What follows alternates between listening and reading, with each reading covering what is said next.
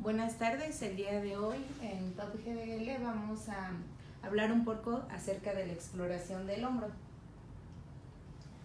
Bueno, como sabemos, el hombro es una de las articulaciones más móviles que tiene nuestro cuerpo. Va a estar formada tanto por una estructura ósea como estructuras o partes blandas que le van a dar estabilidad a esta articulación. Dentro de las articulaciones óseas tenemos la articulación esternoclavicular, vamos a tener la acromioclavicular y la glenohumeral, que son las principales. Por la parte posterior tenemos la escapulotorácica. Dentro de las estructuras blandas más importantes o tejidos blandos más importantes que van a brindar estabilidad a esta articulación, vamos a tener al ligamento glenohumeral superior, medio e inferior. Vamos a tener a nivel de lo que es la glenoides, lo que llamamos el labrum, que sería como el empaque de esta articulación. Otros estabilizadores es la cabeza larga del bíceps, y esos serían los principales. Bueno, los ligamentos también acromioclaviculares. Ahora, como todas las articulaciones, pues requieren mantienen su actividad gracias a la acción de los músculos. En la parte anterior vamos a tener dos planos, uno superficial y uno profundo.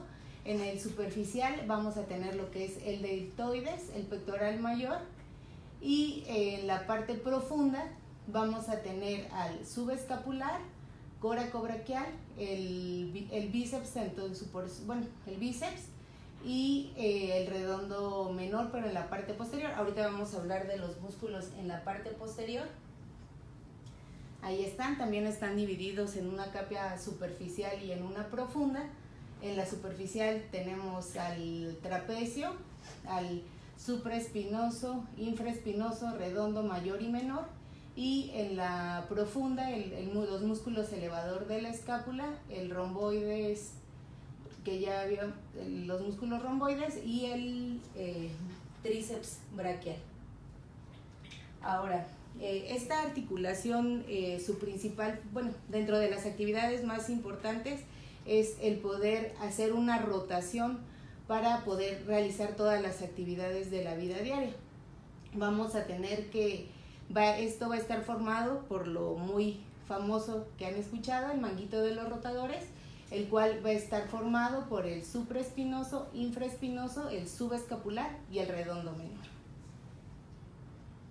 Ahora, para poder hacer una adecuada valoración de nuestro hombro, es muy importante, desde que nuestro paciente entra, valorarlo de preferencia con el torso descubierto. Para poder, esta valoración siempre se hace de manera simétrica, tanto en la porción anterior o una vista anterior y una vista posterior, para poder determinar primero si existe algún dato de que existe algún desnivel a nivel de los hombros, que eso nos da idea aunque no sea la patología a nivel del hombro, pero sí nos podría hablar de una escoliosis o alguna alteración.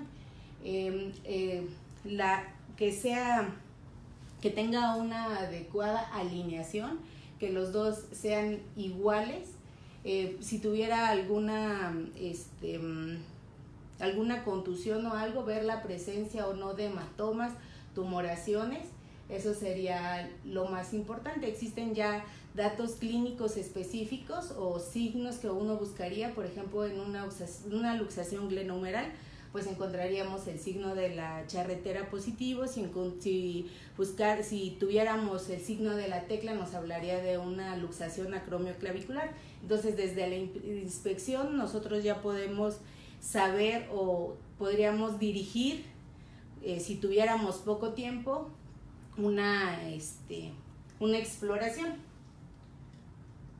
Ahora, es muy también importante la palpación. Como ya mencionamos, las principales huesos va a ser el esternón, Podemos hacer una palpación que se dirija desde la línea media hacia la parte lateral y de esa manera vamos siguiendo todo el borde de la clavícula. Si tuviéramos alguna pérdida de la continuidad ósea, alguna fractura, pues podríamos a lo mejor saber a nivel de qué tercio se encuentra y si necesitáramos alguna proyección específica, pues encaminarla. El acromion, la escápula en la parte posterior, principalmente podemos tocar el borde medial, el borde lateral, así como la espina de la escápula, la cabeza humeral, que nos permite saber su ubicación, y pues el resto de la diáfisis. Ahora, como ya hemos comentado, la articulación que tiene mayor movilidad en el cuerpo es la glenohumeral y por lo tanto también es donde se puede presentar con mayor frecuencia patologías. Los arcos de movilidad son muy importantes, normalmente se pide al paciente que se hagan de manera simétrica para que así uno al explorar ambas extremidades puede determinar cuál es el lado afectado y vamos a tener que la flexión va de 0 a 180, la extensión es de 50, rotación externa de 80, rotación interna de 30 y la abducción de 180 con aducción de 30. Estas son las medidas o los grados en que se mueve esta articulación.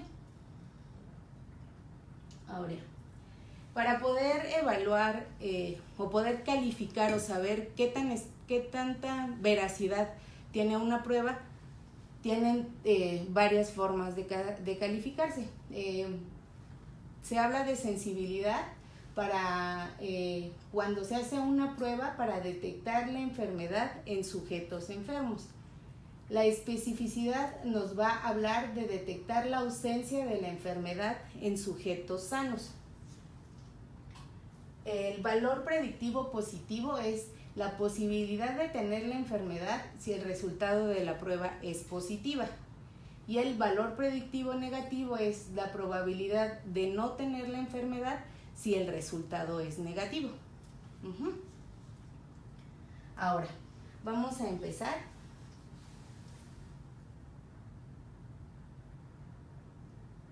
En estos videos vamos a ir viendo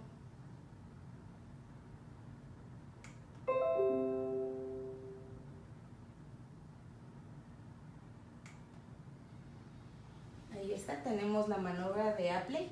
En esa se pide al paciente que toque con su mano su escápula contralateral para la primera fase, que es si no lo logra hacer o existe dolor, va a haber una lesión del supra o el infraespinoso y como vimos una segunda fase en la cual se le pide al paciente que toque la punta de su escápula o que toque su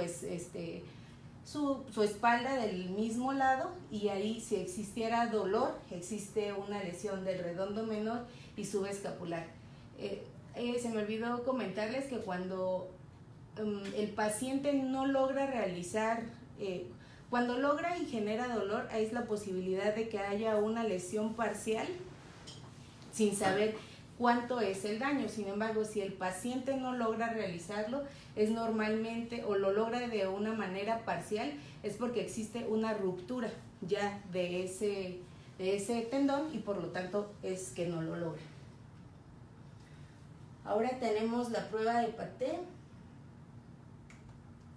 que nos habla de una lesión del infraespinoso. Como lo vemos ahí, se pide al paciente que que flexione el codo a 90 grados, se realiza una rotación externa y tiene una sensibilidad del 92% y una especificidad del 30%. Ahora, la maniobra de lift-off o prueba de Herbert nos va a hablar, si el paciente no logra realizarlo, de una ruptura del subescapular, si lo realiza de manera parcial, de una tendinitis podría ser, con una sensibilidad del 18% y una especificidad del 92%. Como la vieron, se pide al paciente que lleve su mano hacia su espalda y que intente contra resistencia llevar su mano hacia atrás para saber cómo se encuentra. Ahora, el signo de Napoleón se puede explorar, bueno, también la pueden encontrar como la maniobra de Belly-Breast. Tiene una sensibilidad del 69 y una especificidad de 88. Se pide al paciente que ponga su mano sobre su abdomen y cuando existe una ruptura, el paciente no puede o no puede llevar o mantener la mano en esa posición, y cuando se ejerce una presión tampoco es capaz de mantenerla. Ahora tenemos la maniobra de Job. Si esta es positiva, nos habla de una lesión del supraespinoso.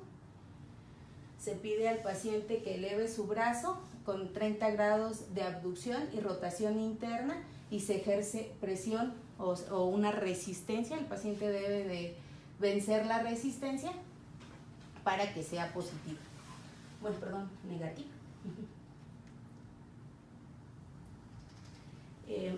Esta maniobra de NIR nos habla de un pinzamiento subacromial con una sensibilidad del 77% y una especificidad de 63%.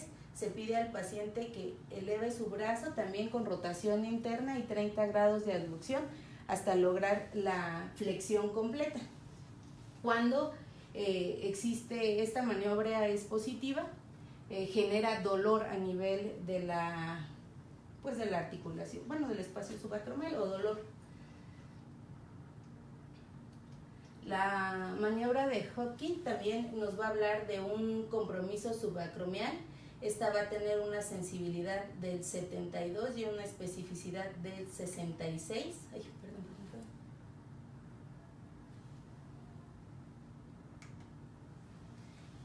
Y ahí se pide al paciente que lleve una flexión de 90 grados el codo y 90 grados de flexión del hombro, y se va a mantener estable con una mano del explorador, y con la otra se va a generar una extensión. Debe de mantener el brazo.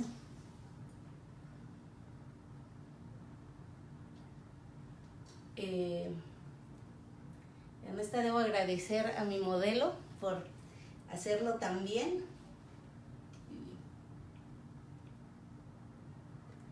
Aquí se pide, bueno, tiene una sensibilidad del 64 y una especificidad del 81, y se pide al paciente que vaya elevando su brazo. En el momento en que existe la compresión, genera dolor a nivel de la articulación. Entonces ahí podemos decir que la maniobra fue positiva. La maniobra de Jochum también nos habla de compromiso subacromial. Esta tiene una sensibilidad del 79% y una especificidad del 40%.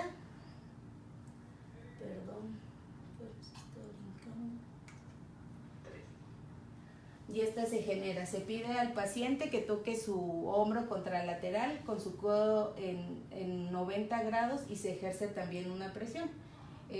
Ahí existe un dolor a nivel del espacio subacromial.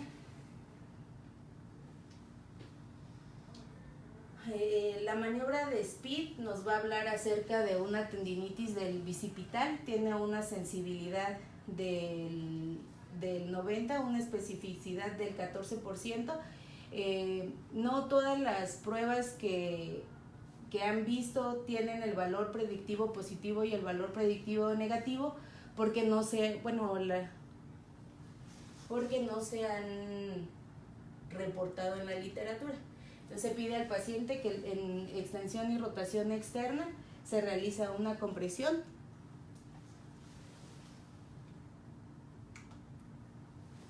Y es así como se valora esta maniobra.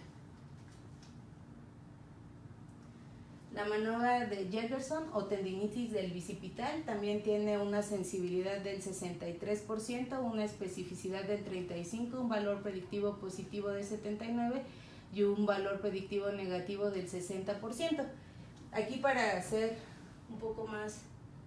prácticos con los pacientes, se les puede decir que intenten o realicen una maniobra como si quisieran abrir una puerta y uno genera la resistencia. Cuando existe dolor, pues quiere decir que esta maniobra es positiva.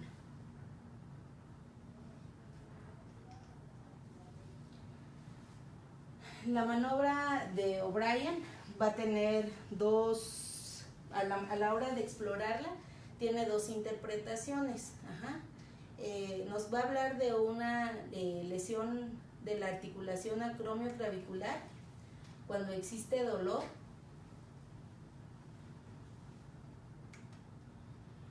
Y también nos puede hablar de una lesión labral cuando existe un chasquido audible.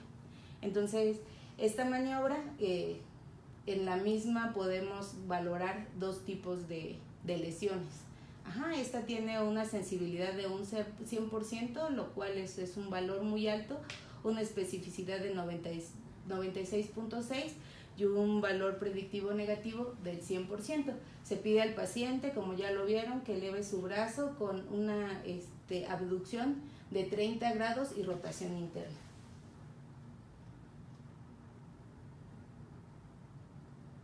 Bueno, ahora estas maniobras son básicamente dirigidas a la actividad, a la estabilidad o como mencionamos, al mango de los rotadores.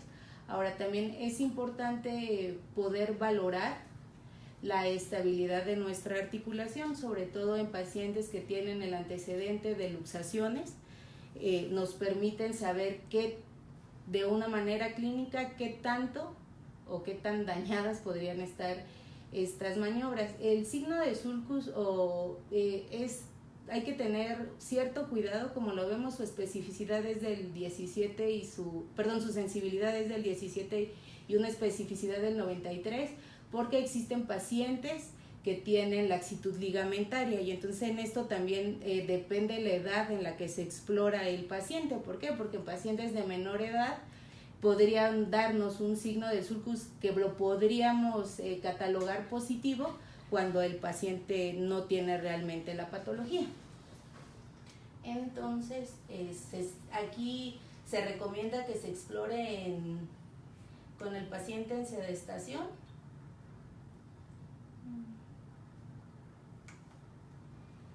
Y como lo vemos ahí, se realiza una tracción axial para poder valorar qué tanto se desplaza esa cabeza humeral a nivel de la articulación glenohumeral. Vamos a tener el cajón anterior. Estas maniobras se recomiendan que se realiza con el paciente en decúbito supino porque de manera indirecta la mesa nos da cierta estabilidad sobre la escápula y nos permite poder realizar las maniobras con mayor facilidad y teniendo una mayor veracidad. Entonces, en el cajón anterior es muy similar a lo que haríamos en un cajón anterior de la rodilla. Nos va a hablar de una laxitud o inestabilidad de la cápsula anterior. Tiene una sensibilidad del 28% y una especificidad del 71%. Entonces, aquí manteniendo con los pulgares se fija la cabeza y con el índice y el dedo medio se realiza tanto una tracción de la cabeza humeral para ver qué tanto se desplaza hacia anterior. En el cajón posterior nos podría hablar de una lesión a nivel del labrum o de la cápsula posterior, pero se realiza con el codo en flexión y la mano en supinación y se va a realizar pues la maniobra contraria. Se va a hacer igual, se fija y ahora se mueve hacia posterior. Si fijan, la cabeza humeral se avienta hacia la parte posterior. Ahora, el signo de aprehensión es uno de los, aunque su sensibilidad es baja, su especificidad es alta. Entonces, esto nos habla que cuando el paciente es más sintomático, se puede explorar de esta manera, aunque cuando es positivo es raro el paciente que permite que se llegue a la flexión de los 180 grados, porque desde antes ellos tienen la sensibilidad, bueno, la sensación de que la cabeza va a salir, entonces tienden a realizar una contracción muscular y no permitir la maniobra completa. O en pacientes que ya tienen múltiples luxaciones, no es tan recomendable hacerla porque cuando ya tienen 9, 10, pues con cualquier maniobra o al tratar de hacerla se luxa. Entonces esa es la manera en la que se realiza. El codo a 90 y se realiza la flexión hasta los 180. Ahora, esas son dentro de las maniobras que se pueden realizar. También es muy importante valorar a nivel de nuestro hombro, pensando en una patología nerviosa, los dermotomos, como sabemos, bueno, ahí están, en este esquema están desarrollados a nivel del hombro, C4, bueno, a nivel del deltoides, C5, la parte interna es la torácica 1 y la parte de la axila o interna es la torácica 2. Ahora, existen escalas internacionales las cuales nos dan la función del paciente. Estas escalas nos permiten calificar de una manera sencilla para el paciente las actividades de la vida diaria, que muchas veces ellos no se han dado cuenta de qué tan limitado está su hombro, porque solemos tomar actitudes o posiciones que nos ayudan o nos facilitan, y hasta que llegan un momento a la consulta y uno explora esto, se dan cuenta qué tan lesionado está su hombro. Entonces, estas escalas hay varias, nosotros utilizamos la de ACES y Constant, las cuales nos dan un valor muy importante antes de la cirugía. Los evaluamos posterior a la cirugía, así como su evolución. Entonces, eso les permite a los pacientes dar, y a nosotros también, o sea, son instrumentos de investigación en los cuales tienes una calificación que te permite saber qué tan efectivo es tu procedimiento quirúrgico. ¿Ok? Entonces, esa es la de ACES, esta es la de Constant, te dan un valor, y como lo comentábamos, estas escalas también le permiten al paciente hacer una evaluación, una autoevaluación, para saber cuáles son los puntos en los que se está fallando, a lo mejor él en la rehabilitación, o pues no sé, o simplemente como un aliciente para ver que al ir mejorando, pues también mejora su calidad de vida. Y pues eso sería prácticamente la plática del día de hoy. ¿Tienes alguna pregunta en red? No, puras felicitaciones y saludos. Yo tengo, a mí me gustaría como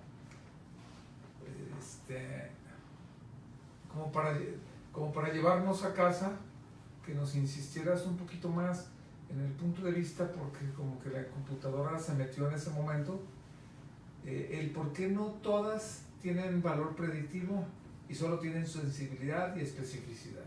Esa es una, ahorita te digo la dos. Bueno, se supone que al hacer los estudios, no se ha reportado o no se tiene el suficiente reporte para saber cuál es el valor predictivo negativo, porque algunas de estas pruebas, como son lesiones mixtas, es difícil evaluar o sea, que solamente sean específicas, porque como el valor predictivo, ¿cómo se llama? Positivo, nos dice si el paciente tiene, o sea, si es positivo es porque tiene la enfermedad, y si no lo es porque no lo tiene, o sea, son demasiado... Todavía no hay la información exacto, suficiente. Esa sería la respuesta. Okay. Y hablando sobre, como que valdría la pena repetirles repetir qué es, por una pregunta que tenemos aquí, qué es la sensibilidad, la especificidad. Nada más que les repitas esa parte para que vean lo importante que es, qué es lo que sí vale, qué es lo que no vale, y tener en cuenta a la hora que estamos explorando. Okay.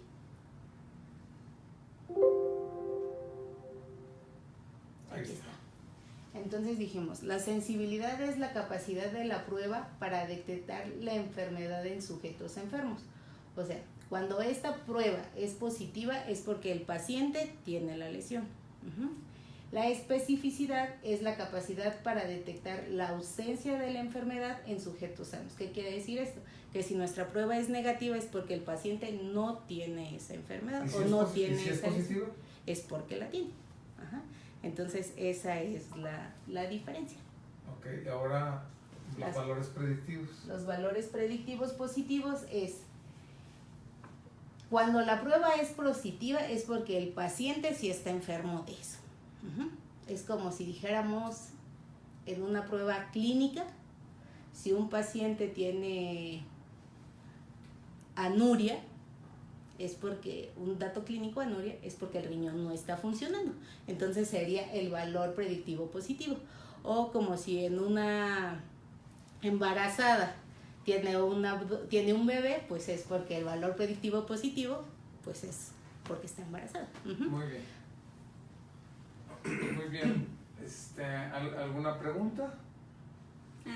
Sí, el doctor Cuenca dice, ¿cuántas pruebas clínicas son necesarias para saber si tiene lesión del manguito rotador? No sabría el número exacto, no lo desconozco. Yo opino que ves una parte donde el historial de si quieres.